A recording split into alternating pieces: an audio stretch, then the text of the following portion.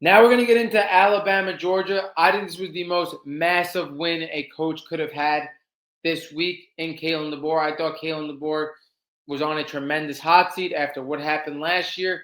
And then you talk about the upset from Florida State in week one. He finds a way to win this game against Georgia. And no matter what Alabama is, no matter what Georgia is, it is always a well-played, close game, no matter if you think Georgia's a lot better than Alabama in the given year or vice versa.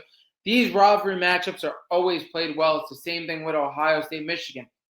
No matter what state each team has, no matter what type of state the program's at in the given year, always played well. But recently, Alabama has found ways to beat Georgia. This is now 2 consecutive years. Both years under Kalen Deboer, he has beaten Georgia. There's definitely something to say about that.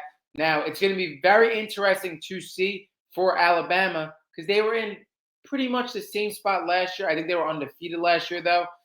They play they play Georgia, then they play Vanderbilt. It's going to be the same thing again, and Alabama has a tough remaining schedule. If this win against Georgia is going to propel them into a college football playoff spot, get them one of the hardest matchups in the country out of their way, or is Alabama going to unravel? Like, they have an extremely tough schedule. They had one loss against an ACC team, which I thought could not happen with their schedule, but now they knock off one of the biggest opponents, so they're still moving in the right direction. I believe the difference in this game was the ability of Ty Simpson to pass the football. I thought he completely outplayed Gunnar Stockton. When you look at Ty Simpson, 24 for 38, 276 yards, 2 touchdowns. They do have Jam Miller back in this game. He didn't have a phenomenal game by any means. They do have multiple players with 4+ touches. For receiving the football, I thought it could have looked a lot better because we saw Ryan Williams had a walk-in room service touchdown for this game that he did drop. Isaiah Horton had 5 receptions for 65 yards and a touchdown. You had Lazier Brooks, who had 40 yards. Jeremy Bernard had a touchdown. Ryan Williams had 43 yards. Again, the receiving game was spread out, but in totality, they had 280 receiving yards. So it was a group effort in the passing game. And then for Georgia, we have said it time and time again, this Georgia team, the main question I have for them is the ability to have an offense that scares you in the passing game. And again, for Alabama, their secondary played phenomenal in this game. Nobody flat out beat them. But at the same time, you have Gunnar Stockton throwing for 130 yards. Why do I believe that is?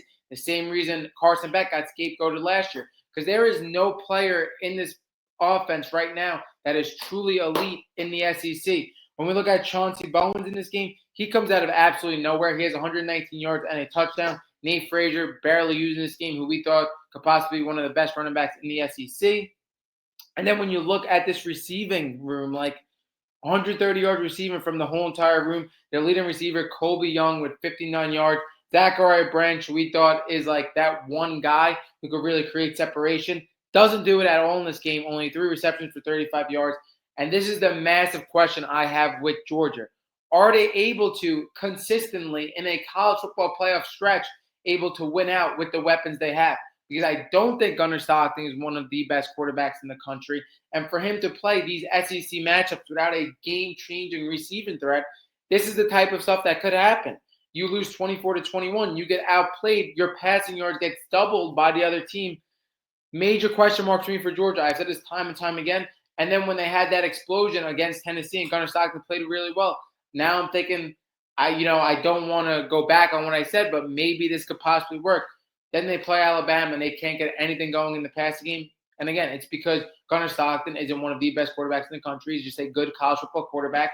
And the weapons aren't absolutely elite. And Alabama gets a massive win. This is a win that they definitely needed more than Georgia. I hate using the term that this team needs this more, but Alabama definitely needed more. And it's used for Kalen Deboer as well, beating Georgia twice, their biggest rival, arguably. Like, I guess you would go Auburn, but this Georgia-Alabama has so much history, and where Georgia is right now in college football compared to Auburn, like, this is just absolutely huge to be able to beat them twice in 2 years, and could be the one thing saving you going into next year, depending how the season goes. But it's very interesting to see when you look at Alabama. We're going to talk about this in the next game with other teams as well. How are they going to react to this win?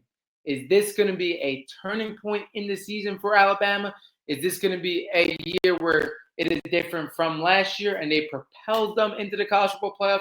or will we see them unravel again? Again, you beat Georgia. It is absolutely massive.